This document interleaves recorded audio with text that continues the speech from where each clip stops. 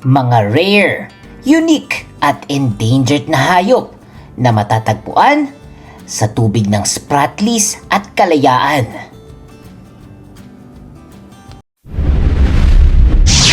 Pinoy's World TV.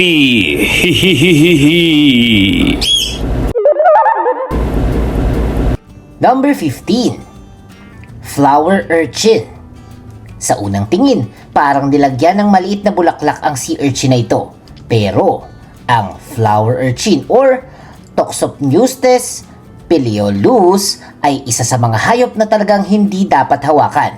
Na-document mismo ito ng UP Marine Science Institute sa paligid ng Pag-asa Island. At naritong kakaiba, hindi pangunahing mahahabang tinik ang ginagamit nito para mag-inject ng venom. Ang tila maliliit na bulaklak sa katawan nito ay tinatawag na pedicellary, microscopic pincer-like structures na bumubuka at sumasara. Kapag nahawakan nito, ang mga ito mismo ang maaaring kumapit at mag-deliver ng venom. Isa pang kakaibang behavior nito ang pagtatakip sa sariling katawan gamit ang piraso ng coral shells, seaweed at debris na hinahawakang gamit ang tube feet. Parang sea urchin na gumagawa ng sarili nitong camouflage o payong. At alam nyo ba na tinatawag ito ng UPMSI na pinaka-venomous na sea urchin sa buong mundo? Number 14. Leopard sea cucumber. Mukha itong malaking malambot na sausage na may leopard spots, pero ang Bohardsia argus ay may isa sa pinaka-weird na defense mechanism sa karagatan. Aktwal itong nahitala sa seagrass at coral reef habitat ng Pag-asa Island. Kapag matinding stress o inatake, ang ilang Bohardsia ay kaya maglabas mula sa likod ng katawan ng mahahaba at napakalagkit na structures na tinatawag na Cuvierian tubules. Parang biological sticky strings ang mga ito na maaaring bumalot o makaistorbo sa predator. Pero napakahalaga rin ng sea cucumber sa ilalim ng dagat.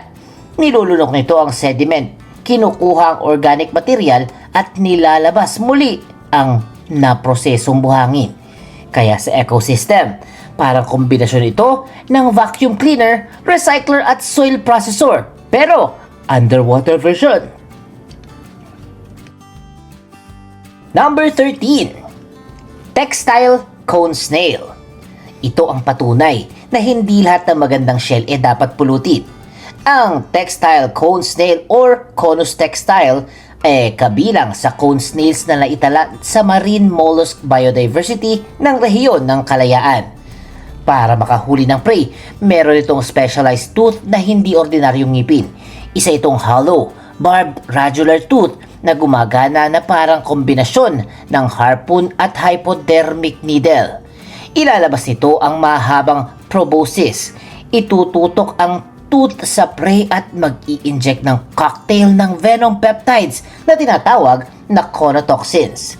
Isipin nyo, isang napakabagal na snail ang kailangang makahuli ng mas mabilis na prey. Kaya ang evolution binigyan ito ng biological harpoon. At ang venom ng cone snails ay sobrang complex na pinag-aaralan pa ito ng scientists para sa neuroscience at development ng medicines. Kaya kapag may nakita kayong magandang cone shell sa dagat, huwag basta-basta hawakan kung may lamang buhay. Number 12. Crown of Thorns Starfish. Hindi ito ordinaryong starfish. Ito ay may maraming braso, mahabang venomous spines at isang feeding method na parang alien. Kapag kakain ito ng coral, ididikit nitong katawan sa ibabaw ng colony at ilalabas mismo ang tiyan mula sa bibig nito. Tatakpan ng stomach tissue ang coral at dadigest ang coral polyps sa labas mismo ng kanyang katawan. Pagkatapos, puting coral skeleton ang maiiwan. At mas nakakagulat ang reproduction nito, guys. Ang malalaking babae maaaring makapag-produce ng 10 milyong itlog sa isang reproductive season. May tunay din itong image-forming vision sa dulo ng mga braso. Sa Pag-asa, tinukoy mismo ng UPMSI ang outbreaks ng Crown of Thorns bilang isa sa mga stressor na nakakapinsala sa coral cover. Number 11, Giant Triton, ang kontrabida ng Coral Reef, the Crown of Thorns.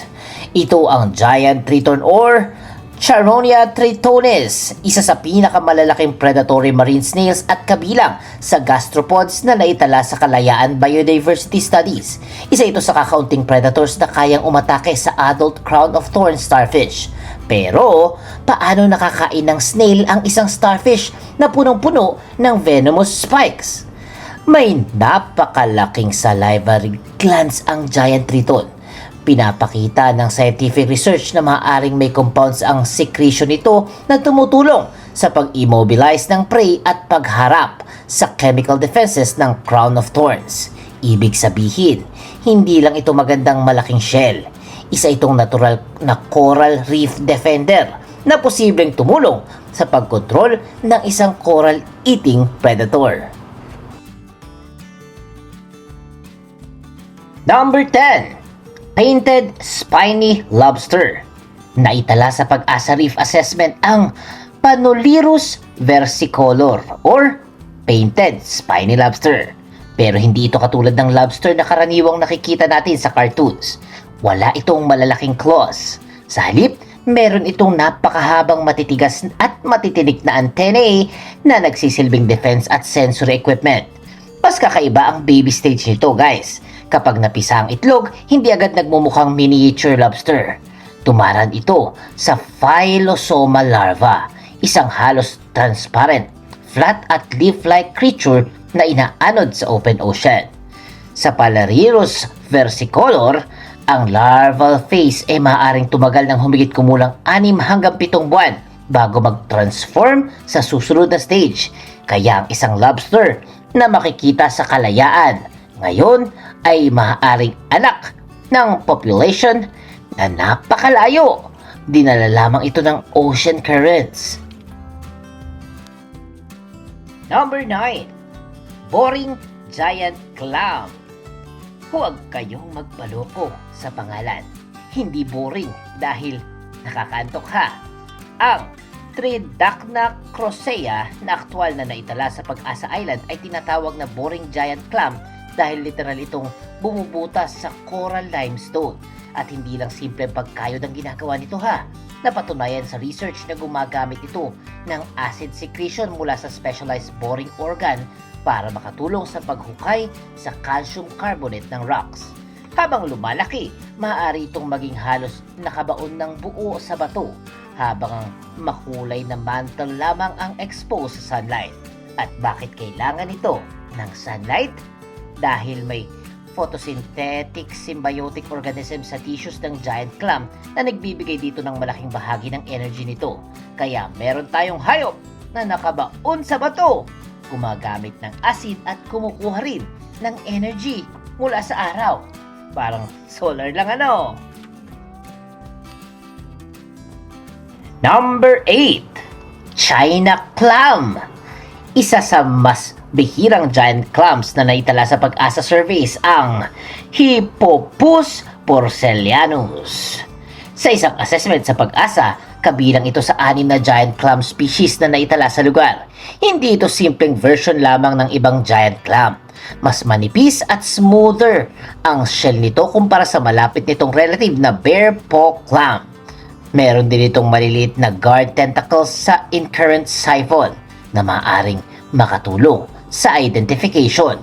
At habang maraming tao ang nag-aakalang giant clams ay permanenteng nakadikit lamang sa bato, ang adult China clam ay maaaring matagpo ang free living sa reef flats at lagoon edges. Napakalimitado rin ng natural na distribution nito kumpara sa mas common na giant clams, kaya mahalagang genetic reservoir ang mga natitirang population nito. Number 7, Bumphead Parrotfish. Ito ang isdang parang pinaghalo ang parrot, bulldozer at living sand factory. Ang bobhead parrotfish or Bolbomeptopon muricatum ang pinakamalaking parrotfish sa buong mundo. May prominenteng bukol sa noo at napakalakas na beak-like dental plates. Kumakagat ito ng coral at reef material. Dinudurog yun sa digestive system at nilalabas bilang pinong sediment. Ang isang adult ay maaaring makapag-process ng toneladang reef carbonate sa isang taon. Kaya malaki ang papel nito sa natural na erosion at sediment production ng tropical reefs. Pero mas kakaiba ang courtship dito. May mga adult males na naobserbahang naghe-headbutt sa isa't isa sa competition, parang underwater rams. May spawning activity din silang konektado sa lunar cycle. Kapag nawala ang ganitong malalaking herbivores, nagbabago rin ang natural balance ng mga reefs.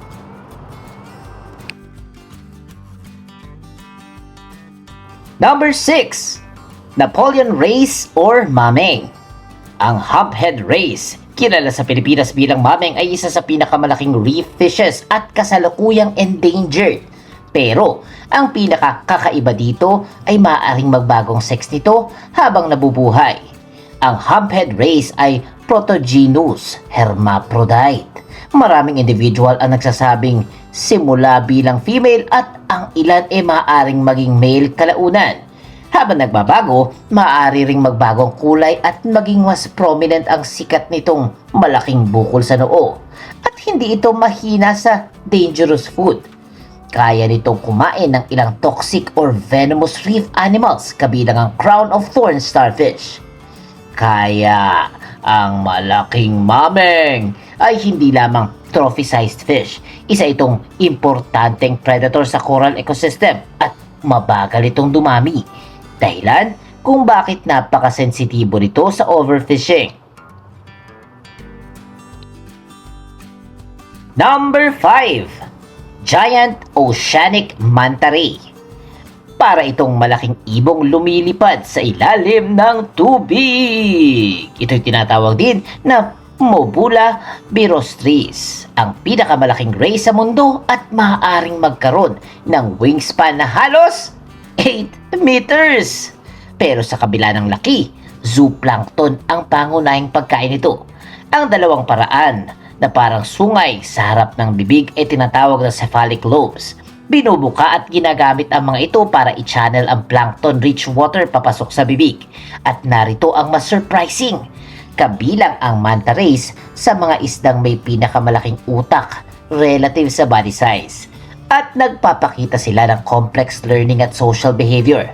Ang giant oceanic manta ay endangered at ang South China Sea ay bahagi ng range ng maraming mobulid rays. Number 4. Whale shark. Akala natin, size ang pinaka-amazing na bagay sa butanding. Hay, hindi pala. Ang whale shark or Rhincodon typus ang pinakamalaking isa sa mundo at isang endangered migratory shark na gumagalaw sa malalawak na tropical waters, kabilang ang South China Sea. May satellite tracked individual na bumabiyahe ng libo-libong kilometro sa Southeast Asian waters. Pero, heto ang hindi natin alam. May dermal denticles, tiny tooth-like structures sa ibabaw mismo ng eyeballs ng whale shark. At kaya rin itong i-retract ang eyeball papasok sa socket bilang protection. Hindi lamang balat nito ang parang armored, pati mata ay may sariling protective adaptation. Ang spotted pattern ng bawat butanding ay unique enough para magamit ng scientists sa photo identification. Halos parang fingerprint nila to. Number 3. Green Sea Turtle. Matagal ng bahagi ng Spratly ecosystem ang green sea turtle or Chelonia midas, kung saan ginagamit ng sea turtles ang remote islands, reefs at surrounding waters para sa nesting at feeding. At may dalawang surprising facts tungkol dito. Una, hindi kulay ng shell ang dahilan kung bakit green turtle ang pangalan nito. Nagmula ito sa greenish coloration ng fat tissue nito. Pangalawa, unique ito sa sea turtles dahil ang adults ay pangunahing herbivorous, kumakain ng seagrasses at algae. May natural na navigation system din ng sea turtles. Research indicates na kaya nilang gamitin ng Earth's magnetic field bilang bahagi ng kanilang biological map upang makapag-navigate sa napakalalayong distansya. At may magandang conservation update noong 2025. Ang Global Green Turtle Assessment ay nagbago mula endangered patungong least concern. Patunay na maaaring gumana ang long-term conservation bagamat marami pa ring regional populations at nesting sites ang nangangailangan ng proteksyon. Number 2, Leptoceris calayanensis, ang durian coral. Isa ito sa pinakamahalagang species sa listahan dahil ang pangalan pa lamang may kalayaan na. Ang Leptoceris calayanensis ay isang rare coral species na unang natuklasan mula sa Kalayaan Island Group. At tandaan, hayop ang coral ha, hindi halaman o hindi rin bato. Noong 1999, nakolekta ang specimens nito sa KIG at noong 2009 ay formally described bilang bagong species ng Filipino coral scientist na sina Wilfredo Licuanan at Porfirio Alinio. Tinatawag itong durian coral dahil sa napakaraming solid, blunt, white-tipped spines sa ibabaw, parang balat ng durian. Ang original specimens ay natagpuan sa ilalim ng reef overhangs sa humigit kumulang 15 meters depth. Ibig sabihin, may organismong kilala ngayon ng international science dahil mismo sa biodiversity exploration ng Kalayaan. Kung gusto nating patunay na hindi ordinaryong reef system ang lugar, ay ito na yun. Number 1, Hawksbill Sea Turtle. Ang madalas dating number 1 ay tinatawag ding Erythrochelis imbricata, isang critically endangered na sea turtle na malapit ang buhay sa coral reef ecosystems. Ang pointed beak nito ay hindi lamang dahilan kung bakit mukha itong lawin or pati na rin hawk. Ginagamit nito ang matulis na tuka para abutin ang pagkain sa makikitid na butas at services ng coral reef. At kakaiba ang favorite food nito, sea sponges. Maraming sponge ang may chemical defenses at hindi gustong kainin ng karamihang predators. Pero kayang kainin ng hawksbill ang maraming uri nito. Sa pagkain ng sponge, maaari nitong mabawasan ang competition para sa reef space sa pagitan ng sponge at coral. Kaya parang underwater gardener. Ito'y tumutulong sa structure at biodiversity ng reef. At kung magandang pattern shell nito, ang tinatawag na tortoise shell ang isa sa dahilan kung bakit matagal itong hinahunting ng mga tao. Kaya kapag may hawksbill na nabubuhay sa Spratly Reef ecosystem, hindi lamang isang endangered turtle ang pinoprotektahan natin. Kasama rito ang ecological relationship na binubuo sa coral reefs sa loob ng milyong-milyong taon.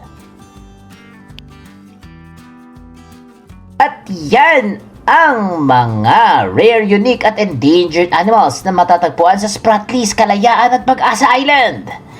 Sa isang reef survey guys, ang Kalayaan Island Group lamang may 155 species ng reef fish mula sa 28 families ang naitala. May mga coral giant clam at marine animals din dito na bihira o halos hindi kilala ng ordinaryong Pilipino. Sa ilalim ng tubig nito ay may sea urchins na gumagamit ng venomous flowers, snail at iba-iba pang uri ng hindi nating kilalang mga animals. At yan ang patunay na super halaga at super yaman sa kalikasan ng pinag-aagawang island ng Pilipinas. Tandaan, sa Pilipinas ito. Atin ito guys, kaya dapat nating ipaglaban.